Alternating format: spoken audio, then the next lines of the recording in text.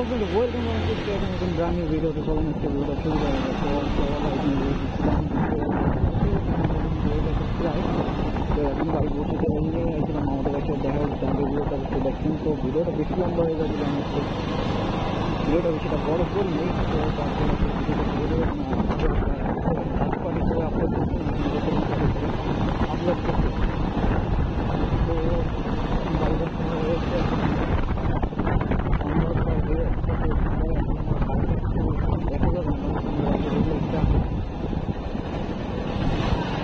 আলো তেমন একটা ভালো না আর কি, যার কারণে আসলে বেশিটা আলো দেখা যায় না রাত্রেবেলা, যার কারণে ফেস করতে হয়। আসলে সন্ধ্যার আগে আসলে বাসা ঢুকে রয়েছে। অনেক হয় না, অনেক গাড়ি হেডলাইট চেঞ্জ করার পরে যে সমস্যা দেখা যায়। আসলে ভাই যে জিনিসটা সবচেয়ে বেশি খারাপ লাগে যে বাইক নিয়ে রাইড যারা বাইক চালালে বেশি পছন্দ করে গুরুত্বপূর্ণ জিনিস। তো এখন বলতে পারেন কেমন গুরুত্বপূর্ণ জিনিস, সেটা হচ্ছে কি যে বাইক যদি আপনি রাইড করেন বা যদি আপনি হেলমেট ইউজ না করেন সেক্ষেত্রে আপনার বড় বড় দুর্ঘটনা ঘটতে পারে। যেমন আমার দেখা মতো থেকে আমার কিছুদিন আগে একটা হচ্ছে টাকা অ্যাক্সিডেন্ট, আমার নিজের টাকা না কি আমাদের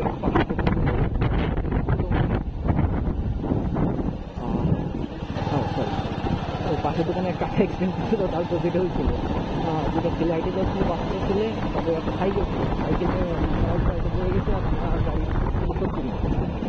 তো যেটা হয়েছিল মানে ওটা হাই রোড ছিল, এই কারণে সত্যি চালাচ্ছিল। তো তারপর যেটা হলো যে তারপর সে হেলমেট খুবই কমে গেল। তো যাই হোক তার সামনে ক্ষয়ক্ষতি হয় না, কিন্তু খেলা মাথায় তেমন একটা চাপ পড়ে মাথায় গাড়ি খাইছিল, কিন্তু তারপরে আসলে চাপটা পড়ে। এটা আবার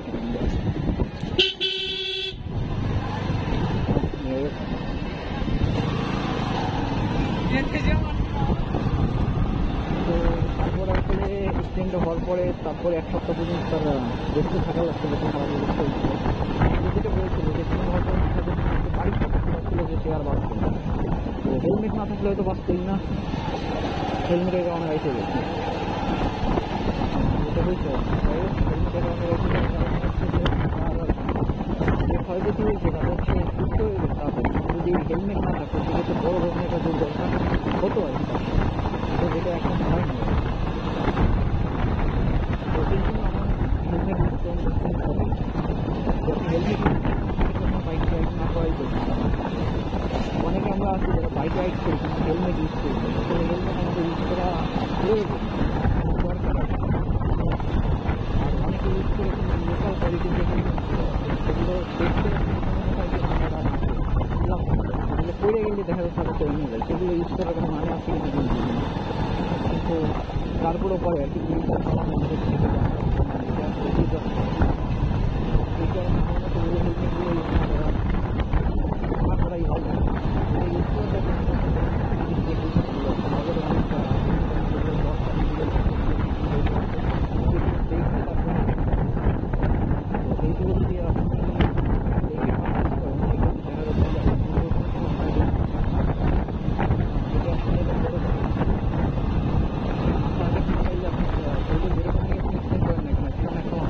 হয়ে যাবে, হয়তো দুদিন বেশি সময় লাগবে, হয়তো দুদিন কম সময় লাগবে, ঠিক আছে।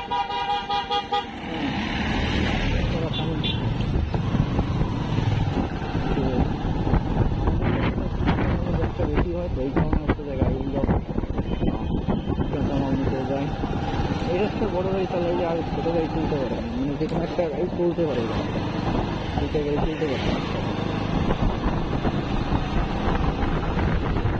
মেইন প্রবলেমই রাস্তা, যদি রাস্তার আমাকে ডকুমেন্ট করার ভিতরে বসে, যার কারণে যদি আমি বলি ওই রাস্তা মেইনটেন ভালো করে করা হয় তখন কোনো জায়গায় কোনো অ্যাক্সিডেন্টের পরিমাণও খুব কম থাকে। যে রাস্তা আসলে ভাঙাচোরা কম থাকে অথবা স্পিড বেশি উঠানো যায়, ওইসব রাস্তায় অ্যাক্সিডেন্টটা কম হয়। কারণ হচ্ছে তো এই রাস্তায় যদি মন না থাকতো তাহলে আপনি বলতে পারতেন যে বেস্ট একটা রাস্তা।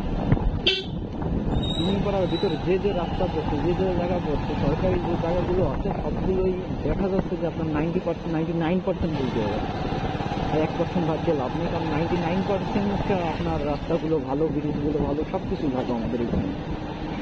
তো সামনে দিকে চলে আসুন। ভিডিওতে কিন্তু ইন্ডিকেটার দেয় না, তো এটা একটা মেইন প্রবলেম।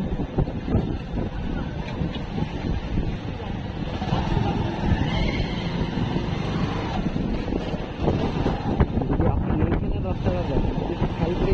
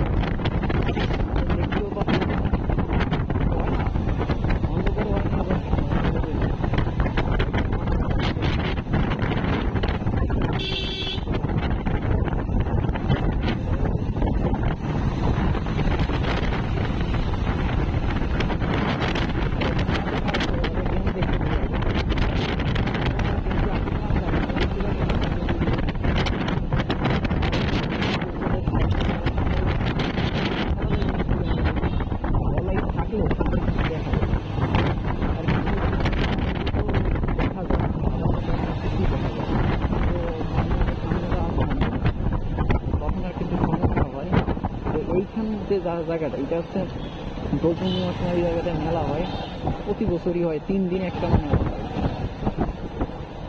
বাবা সরকারি করে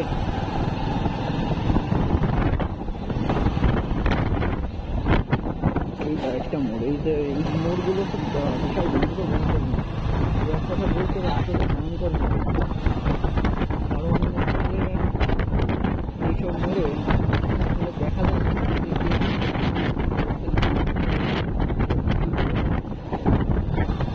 যার কারণে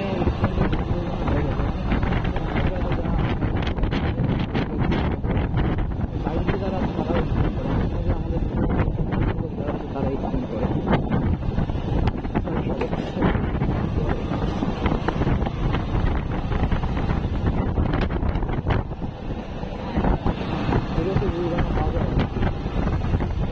গোপালগঞ্জ আপনারা যদি কোনো জায়গায় ঘুরে দেখতে কমেন্ট করে জানাবেন আমাদের, যে এই জায়গায় গেলে ভালো হবে, এই জায়গায় গেলে ভালো হবে, অবশ্যই কমেন্ট করে জানাবেন। আপনাদের কমেন্ট অনুযায়ী আমি সে জায়গায় যাবো ঘুরতে।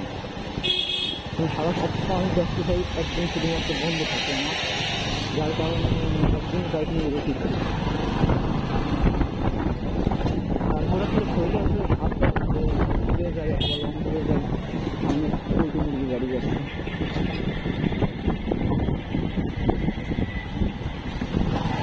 আমাদের এখানকার মানুষের পোল্ট্রিটা খুব কম হয়, কারণ হচ্ছে যে এখানে মানুষজন মুরগি চাষ করে বেশিরভাগ, দেখতে পারবেন যে চাষ করে খুব কম হয় আমাদের। তবে শহরতে দেখা যাচ্ছে পোল্ট্রি মুরগি